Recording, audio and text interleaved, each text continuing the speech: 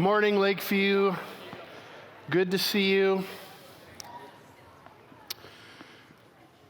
Now, because you have to stare at me for the next hour, I want to explain, yes, I did get a haircut. So when I first was growing my hair out, this is the direction that I was going, but I wound up here. And so I've decided to change course, and I'm trying something along this line, but I may wind up here. I'm watching you, Wazowski. Always watching. And yes, my son says that this new preaching shirt, I got a new preaching shirt. People pooled money together to buy this. And I'm really glad to be wearing it. But my son says it looks a lot like I'm part of an evil delegation speaking to the Emperor in Star Wars. So I don't know if that's an improvement. My family's very supportive. I appreciate them very much. Okay. Paul and Curtis aren't here, so I don't have adequate supervision this morning. So things are clearly already off the rails, and I should get to the point. Okay. So today, as we continue our series in Acts, I'm going to be covering chapters 5 to 9. Now, it's a lot of ground to cover, and I can't do justice to it all. But before I start zooming in on details, I kind of wanted to give you sort of the broad lay of the land in terms of what these chapters are about. I call these chapters sort of the turning point of the whole book. We're not quite partway through, but we are moving from some key moments that defined the early part of Acts to the reality of what the early church actually became. And one of the big turning points actually happens in chapter 5. The church that got described in chapter 2, so that's just 3 chapters before chapter 5. If you do the math, you can check my math on there, Datiana, if you're around. No, she's not? Okay, all right. This is what we said about the early church, about the movement in chapter 2. All the believers were together and had everything in common. They sold property and possessions to anyone who had need. And this starts to malfunction in the church. A couple in the church throws all of this stuff into confusion because they pretend to go along with the plan, but they lie about keeping the sales from a property, okay? So they keep the money instead of giving it to people who have need. Now, it's fine that they made that decision, by the way. No one was pressuring them to sell their land, and no one was pressuring them to give away the profits. What was the problem is that they just straight up lied about what they were doing. They wanted to take credit for being Jesus' people, following the Jesus way, without actually following the Jesus way. And so this moment marks a big shift in the church. Previous to now, all the threats in the church are actually coming from the outside, and now the threats to the church are actually starting to show up on the inside. This is a big shift in this book. Now, I'll warn you, this story is a real doozy. I'm not going to dive into it today. I'm sure you would love me to if you know what I'm talking about. There's some shocking details in here. And there's a lot of commentaries on this, and the one that Pastor Paul has been referencing throughout this series has some really interesting takes on this event. So if you don't have that book yet, I want to encourage you to get it. It's really good. And if you want to talk more about this story, I'd love to have coffee with you and chat about it, or you can dig into it on your own. Okay, so back to the story. So now the church faces threats, okay, following the Jesus way from both inside itself and outside itself, but the outside, the church, has not had the final word yet. And things are about to get more violent for the church. And the apostles face another round of questioning and violent retribution at the end of chapter 5. And then chapter 6 opens, and we see that despite direct opposition from religious leaders, the Jesus way, this movement, continues to grow. And all kinds of people begin to depend on them for their daily survival. It's growing, and people literally need them to survive. And this challenge, this burden that the church is now carrying, creates an organizational problem because lots of people mean lots of complexity. But it also begins to expose some ethnic tensions that are boiling just underneath the surface of the church. And that means that the needs of ethnically Greek people are being overlooked or perhaps even ignored by ethnically Hebrew people. And so the question is this chauvinism, is this a form of exclusion that's starting to happen?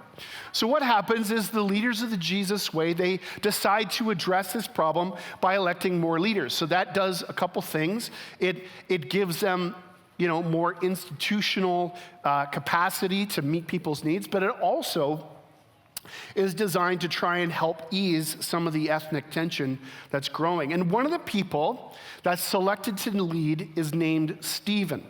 Stephen becomes an immediate target of the religious authorities and is executed.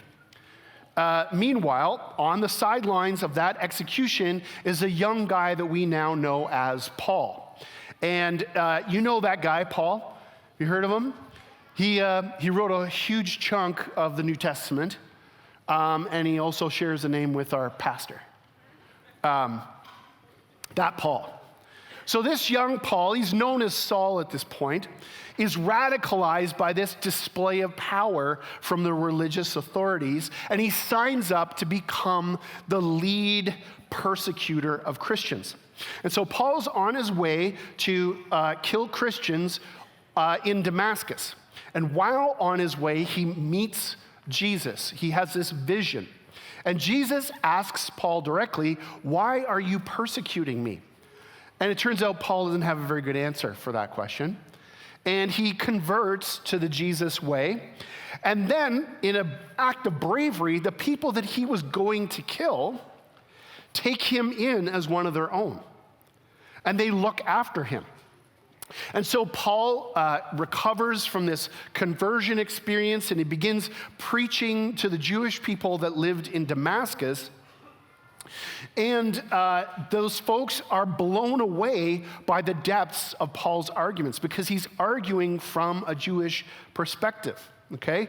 And this is what the Bible says. It says, Paul grew more and more powerful and baffled the Jews living in Damascus by proving that Jesus is the Messiah. So there's an immediate backlash to Paul's skill as a preacher. And the local leaders want to kill Paul. And so Paul has to sneak out of the city under the cover of night. They lower him down in a basket outside the city wall. And as we read further in Acts and into the rest of the New Testament, almost getting killed is basically just like a regular work week for Paul. It's just how he does. This is what happens in his life. So that's kind of Acts 5 to 9, kind of a broad view. There's lots of stuff that I had to move past. And what I wanted to highlight, though, this morning are the stories in these chapters that represent a shift from the early stages of this movement into what the movement would eventually become. And here are 3 shifts that I want us to focus on. So a shift from the old order to the new order, a shift from a utopian dream to a complicated and all too human reality, and a shift from a city movement to a global movement, okay? Those are the 3 shifts I want us to take a look at. So let's start with this first one. from old order to new order. So we continue to see a stark contrast between the old order and the new order. The old order is fashioning and narrating the world. They are in control of the religious imagination of Jewish folks. And they use force and fear and punishment and incarceration as their main tools of communicating. Their work is inherently violent and brutal. And they can no longer just win people to the truth. They have to force them to stay within it. The challenge for the moderates who are still a part of the old way here is that they adopt sort of a wait and see policy, okay? And this is the challenge with moderates. And if you want to read what Christian radicals have said about moderates, I want to invite you to read, and it's a great month to do this, the writings, the letter that MLK writes to the moderate Christians in his life. He says moderates often make things worse, more challenging. And there's moderates in this story, and they don't want to take sides. But here's the problem with being a moderate. If you are a moderate in times like this, if you adopt a wait and see approach, you earn yourself often a front row seat to the violent deaths of innocent people. That is one of the prices you pay for not making a decision. So in contrast to the old order is the new order. And this new order, this movement, is refashioning and re-narrating the world around it through acts of defiance, bravery, imagination, and raw spiritual power.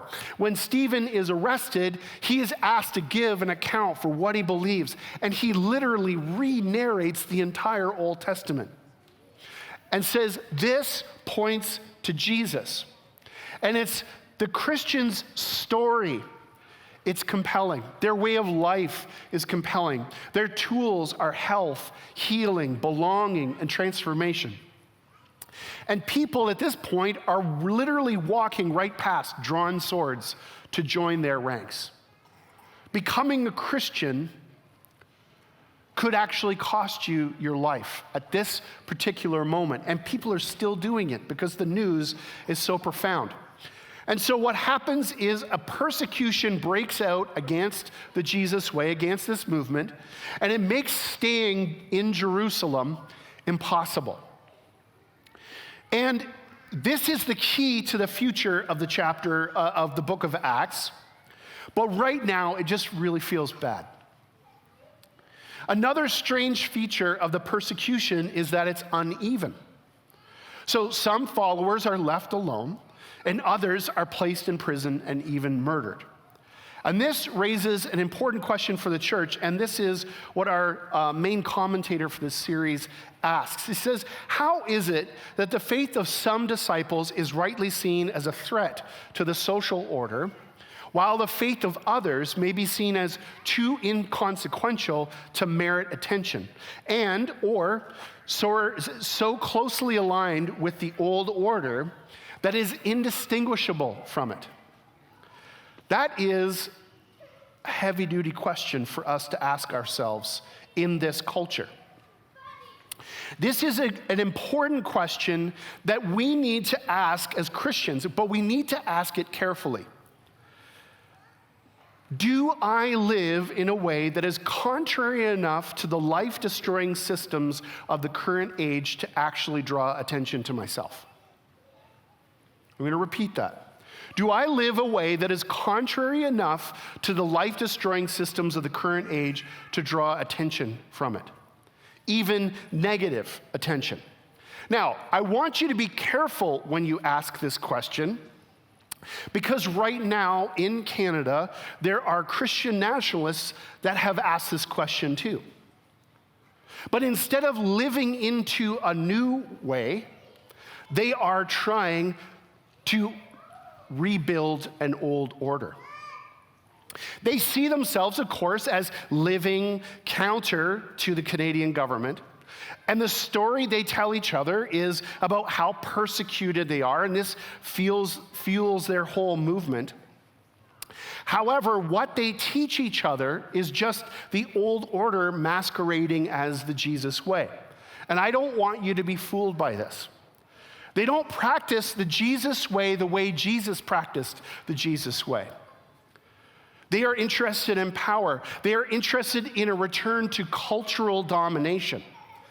The resistance they experience in Canadian society, what they like to imagine as persecution, is because people see through their rhetoric. So they experience resistance because people see through their rhetoric.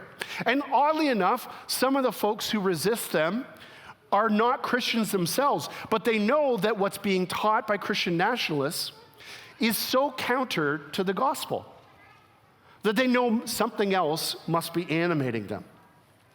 And so we have to be careful when we ask this question, am I living in a way that is contrary to society? Because just because you're living in a way that's contrary to society doesn't mean that you're following the Jesus way. So how can you tell if you're following the Jesus way? Well, are you radically identifying with the Jesus way? Not just Jesus power, not just Jesus ideas, not just Jesus morals and ethics. I'm talking about being willing to do the Jesus way in a way that Jesus did the Jesus way. Does that make sense? You following me?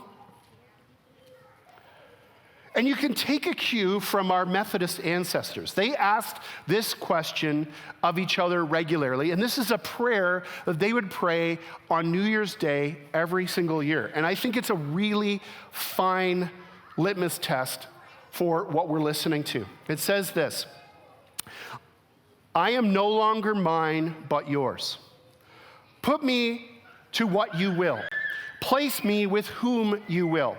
Put me to doing, put me to suffering. Let me be put to work for you, or set aside for you, praised for you, or criticized for you. Let me be full, let me be empty. Let me have all things, let me have nothing. I freely and fully surrender all things to your glory and service. And now, O wonderful and holy Creator, Redeemer, and Sustainer, you are mine and I am yours, so be it. And the covenant which I have made on earth, let it also be made in heaven. You can see that there's nothing nationalistic in here. There's nothing about taking Britain back. There's nothing about demanding my rights. What you see in this prayer is a genuine servant's heart, a willingness to live the Jesus way, the way Jesus lived the way. There's echoes of this movement that we've been talking about in this prayer. You can imagine that prayers like this fueled many acts of defiance and bravery and imagination and spiritual power. The Methodist life was compelling. That way of life, their tools were health and healing and belonging and transformation. The Jesus way, at least when you do the Jesus way, the way Jesus did the Jesus way, stands in stark contrast to all ages and all times. We don't need to go looking for a fight. We don't need to whip up the troops with a phony cultural war to try and take our country back. No, church. We live the Jesus way with a towel around our waists, because that's how Jesus lived the Jesus way. We follow the way that claims the last are first, the way in which servants are actually leaders, the way that scoots past the powerful and influential and seeks out the least, the last, and the lost.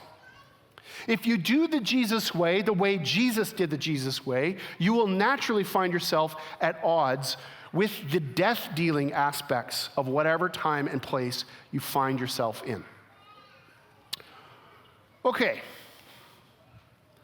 a shift from a utopian dream to a complicated reality. So how do we get from Acts 2:42 to 47, where we're sharing everything in common, to what the rest of the New Testament describes, which is a constantly broken church in need of God's ongoing intervention?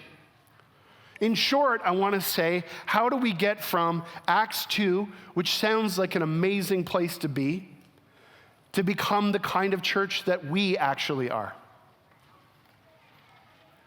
That's what I want to explore, and that's what these chapters point us from, and they move us along. The church tends to be in an ongoing state of incompleteness. We are not what we want to be. We are not fixed. We are not complete. We are not finished. Why is that? Well, it's because of our ongoing failure to live the Jesus way the way Jesus lived the Jesus way. Did I mention that the first term for the church and Christians was the way? Did I mention that yet? Okay. So every time we choose a competing allegiance over the Jesus way, we break the church. Whether it be our selfish desires or our justifications for our sin, or political, racial, and ethnic allegiances, or even personal ambition, these things all break the church. And the reason is pretty simple. You can't build the kingdom of God using the devil's tools. So what is the solution? How do we fix what keeps getting broken for us? Well, it requires cultivating a lifelong commitment to apprenticing under Jesus. It's not just learning things about Jesus. It's not just even working for Jesus. It's actively, through your life, engaging in apprenticeship. It means learning and study and practice and revision and deepening work and returning back to the Jesus way over and over. It requires walking your life with Jesus. Speaking, asking, how is this going? What can we do? The church, my friends, is not a utopia. It may pass through the second chapter of Acts from time to time, but chapter 5 and following is usually quick to show up.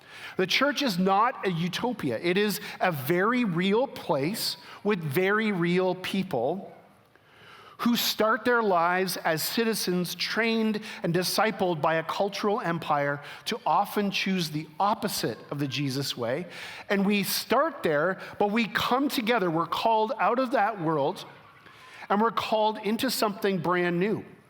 The church is not protection from the world. It is an arena in which we work the world out of our systems. We are a community of struggle. We're a place where God constantly intervenes in order to correct, to reorient, to mend, to re-educate, to redeploy, to frustrate, to empower, and to set free. God does all of that work in and among us. The church is where you meet broken people who are apprenticing under Jesus so that they can be made whole.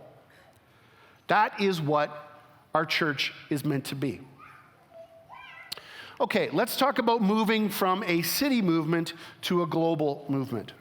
So Jesus, in Acts 1:8, before he pushes the bright red button on his jetpack and ascends, okay? He says, you will be my witnesses where? Anybody remember? Acts 1:8. You'll be my witnesses in Jerusalem, Judea, Samaria, and the ends of the earth. So that is how Acts starts. But up until this point, we really have not progressed past Jerusalem.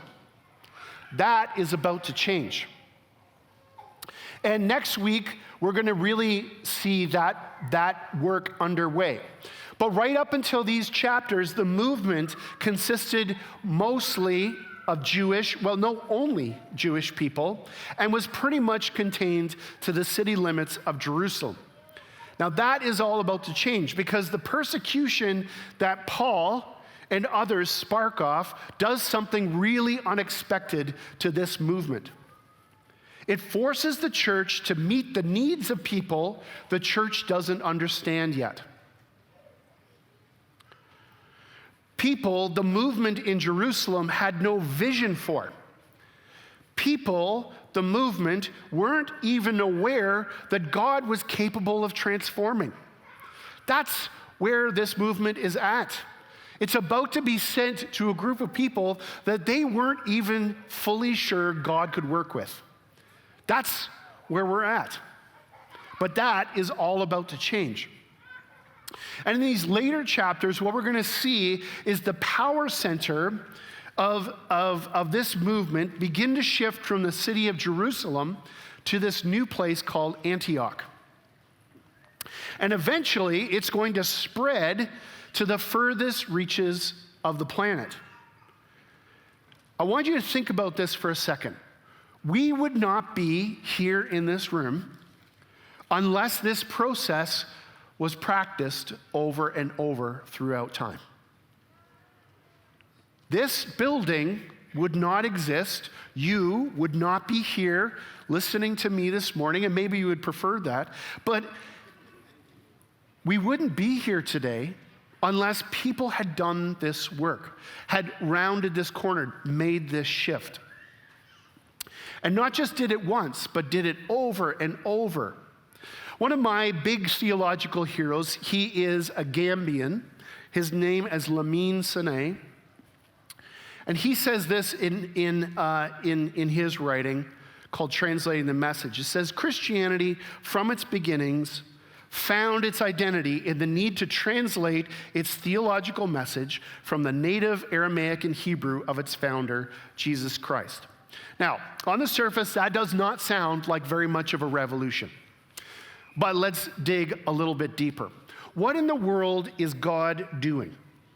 Well, I have constructed for you a PowerPoint this morning that some of you have seen before, but truly it pushes the boundaries of what this software can do. Here it is. What in the world is God doing? This is a question that we need to ask ourselves routinely. What is God doing? Well, the story of God's work in the world is a process of calling out and calling back in. Okay, that's something that Pastor Paul taught in week 1. So what is happening?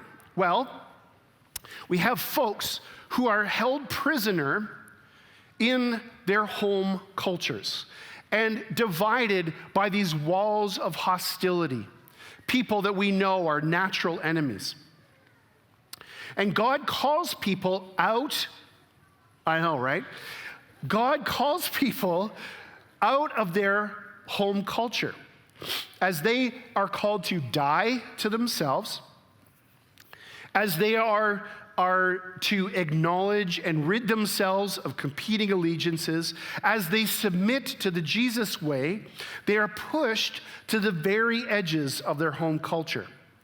And it's at the edges that they begin to interact with others from other cultures who are doing the same work, but within their culture. As the other side dies to their selves, to their old selves, as they acknowledge and rid themselves of competing allegiances, as they submit to the Jesus way, we start to see that the old dividing walls of hostility between all cultures begin to dissolve because we are all gathered around the same table, this new humanity. And this process of destroying the dividing walls that separate us begin to disappear. Now, we don't see our cultural differences disappear because what we read about in the book of Revelation is that it's all peoples, all tribes, all tongues gathered around the throne of God. So our cultures don't disappear. It's just that the fact that we belong to this culture is robbed of the power to separate us from each other. Our differences remain, but they are no longer an excuse to fight one another. Does that make sense? You follow me on that? And what we see when we meet followers of the Jesus way from other cultures and places is the rich diversity of God's work in the world. Christians who are other to me can teach me something brand new about what it means to follow God, because they will do it authentically as themselves. And that will carry its own interesting and powerful things. And it's at the point where our citizenship transfers from the old world to the new humanity that we are often, as people, called back into our cultures to take the gospel to our people, to translate this message into a language that our people understand, and to invite them to come and see what Jesus can do, to form communities that can say in their own language and in their own way, Jesus is Lord. And we get to do this all together. And what we're about to see in the coming chapters of Acts is one of the very first cycles of this taking place. As a church, this movement moves from being a Jerusalem-centered Jewish sect to a global movement. So my question this morning for us is this: how are we going to navigate our own call to be witnesses here in Jerusalem, in our Jerusalem, Saskatoon, Judea, Samaria, and the ends of the earth? What does that look like for us? Who are the kinds of people gathered together with us around the Jesus way? Are the old dividing walls of hostility still at work in our church? Do some of us lack imagination for how they over there can be followers of Jesus just like us? Are there unknown peoples near us or far away from us that we are now called to help reach, so that we can teach them how to be called out and called back in? Are we ready to support them as they follow the Jesus way in their own authentic way and language and custom and pattern? And are we ready to learn from the new thing that we see in them that God does? A new dimension of who God is. So no doubt this is going to be a struggle for us, but as we're about to see next week, we're in good company, because it was a struggle for the early church too, as it tried to understand how it is that Gentile people, meaning all the rest of us, could actually get to know Jesus as well and be transformed by God's work. So I want you to come back next week and see what the Holy Spirit does to make way for this process to take place. I'm going to invite the band to come on up here and close us out with a song. Okay, so that was a quick buzz through the chapters 5 to 9 and the turning point that those chapters represent in the story. And I hope it's given you a couple of good questions to ask yourself this week, to wrestle with this, not just individually, but as a community. What does this mean for us? All right, take it away, David. I've done enough.